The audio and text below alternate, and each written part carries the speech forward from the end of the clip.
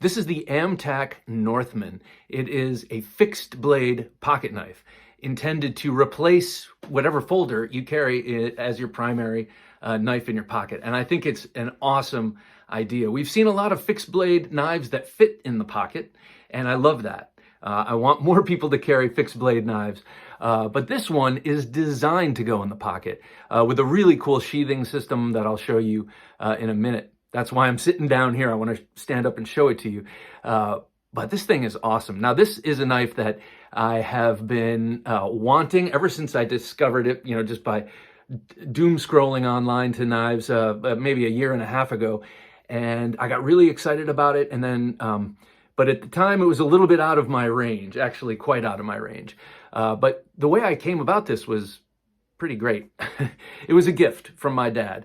And, my dad gave me a lot of the knives back here too. He has become a knife junkie since I've started this podcast and this channel. And he's also really into the Jack Carr books, the James Reese books. Those are his palate cleanser books between history books. And he has been showing up with all this cool gear because Jack Carr loves gear and mentions gear in all the books, details the gear that James Reese uses. And so my dad will show up, I showed up to Christmas and he had these really cool sunglasses. I'm like, Dad, those are cool. He's like, yeah, these are what the Navy SEALs wear. Got it from the Jack Carr book. So I love it. He's at this age, he's going for it and getting all the cool gear he wants. And he's never been a gear guy.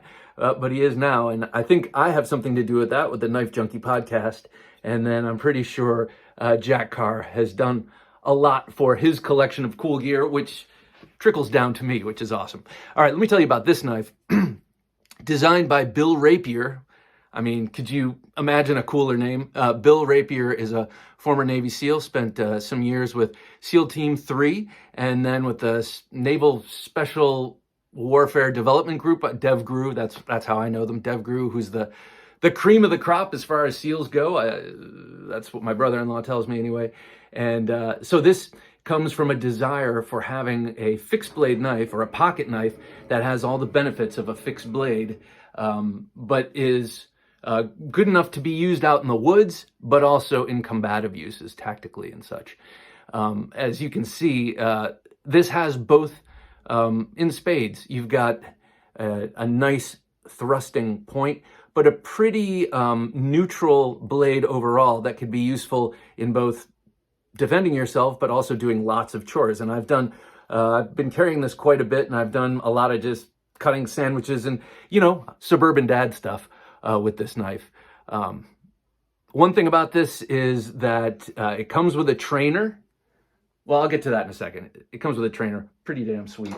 But let me show you how this fits. I said this is a pocket knife, and a big part of this is the sheathing system.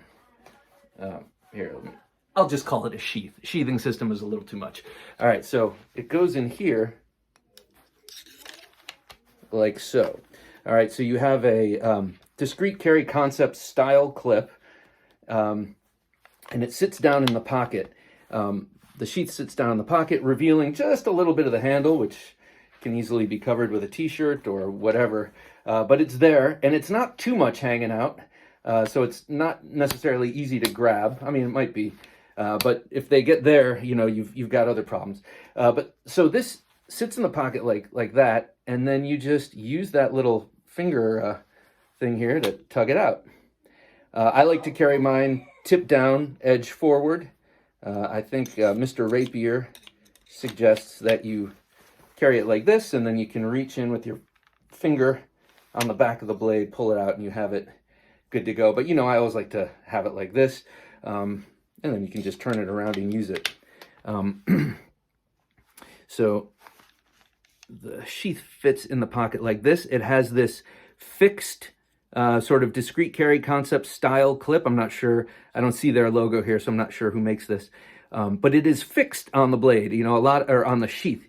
A lot of Kydex sheaths have the grommets here that you can reattach different sheathing systems to it. But this is fixed, which at first was a turnoff. I like the idea of options, but really it's perfect. This is a perfect setup because You saw me gingerly set it back in my pocket. It is a good idea to be gingerly with it. There's no need to quickly resheath usually, but to do so, you just guide the knife down the clip into your pocket, and it fits perfectly. Like I'm going to knock on wood and say I haven't had any issue putting this back in the pocket. Now, granted, I'm always looking, and I don't do it quickly because I don't want to stab my leg.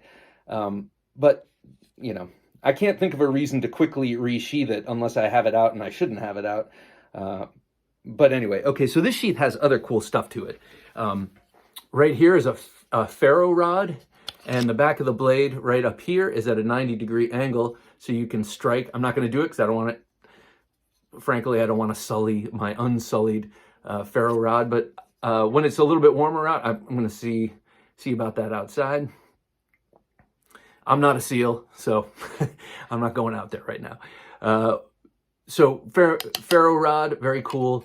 And then on the back, I'm going to put this down. On the back, you have this cool little flap, Velcro flap, or hook and loop flap, and you can stash stuff in there. I've heard it suggested you could put put money in there. You could put a handcuff key or what have you. Then again, I don't know how easily accessible a handcuff key would be in here if you actually needed it, but you can put little kind of necessary doodads in there, and it's like a little wallet flap or something. So great sheath. And now the whole thing comes here. I'm gonna put this back in. This thing is so wickedly sharp. By the way, this is M390 blade steel at a 60 to 62 HRC, so they have it at a very nice Rockwell hardness. I know that's a big issue. This one has the serrations, and I vacillated back and forth. Oh, serrations or no serrations, serrations or no serrations. And I have very few blades with serrations.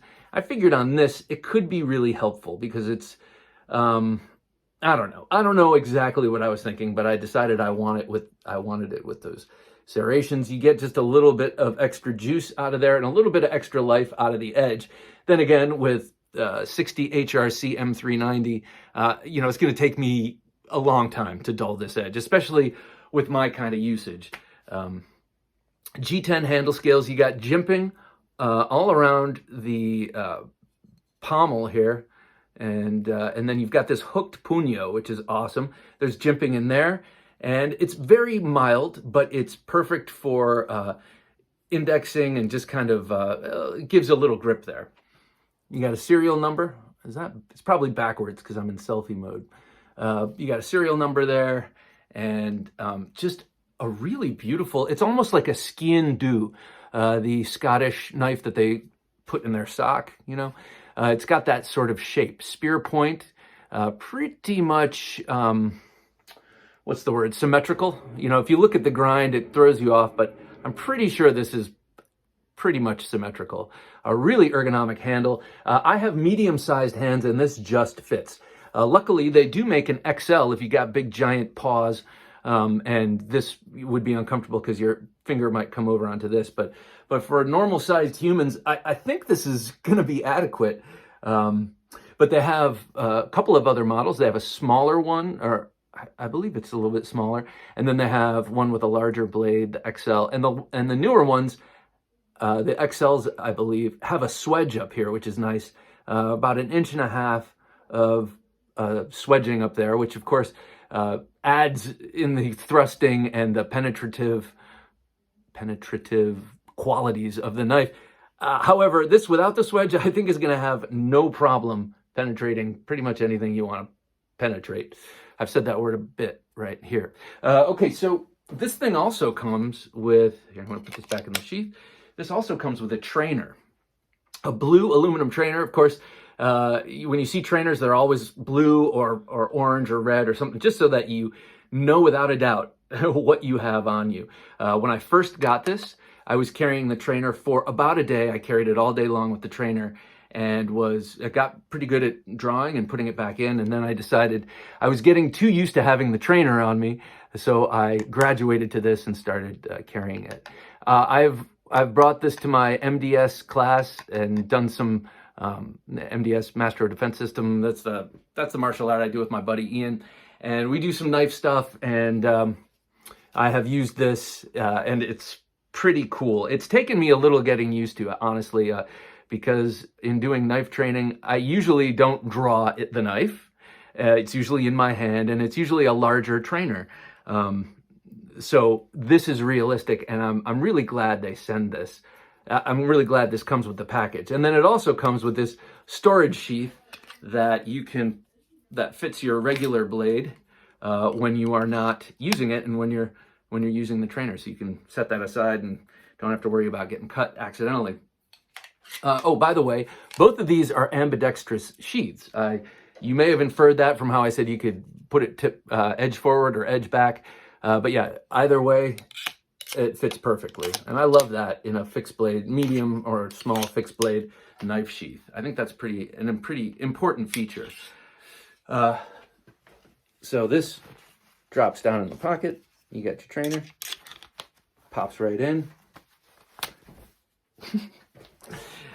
So very, very, very cool. I love this. Now, I did kind of lust after this knife for a while, and it is not inexpensive. And so when my father offered to gift it to me, I wanted to say, no, Dad, that's too much. But I didn't. I said, yeah, that sounds awesome.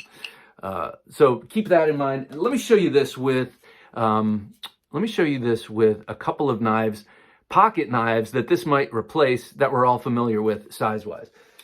Just a couple here. Here it is with the ubiquitous PM2. So smaller than the PM2, but the blade is a little bit, blade is about the same. I can't stand the blade to handle ratio on this knife, even though it's so nice to use. But I'm a shallow individual, and looks do matter on knives. And by the way, I think this one looks beautiful, the Northman. And here it is with the RSK Mark I from Rogue and Doug Ritter. Sorry. So shorter blade and a longer handle. Of course, when these are in your pockets, they're folded, so they're smaller. So I'm not sure if this is a fair comparison in terms of when it's open and deployed, but I mean, yeah, when it's closed, you get the idea.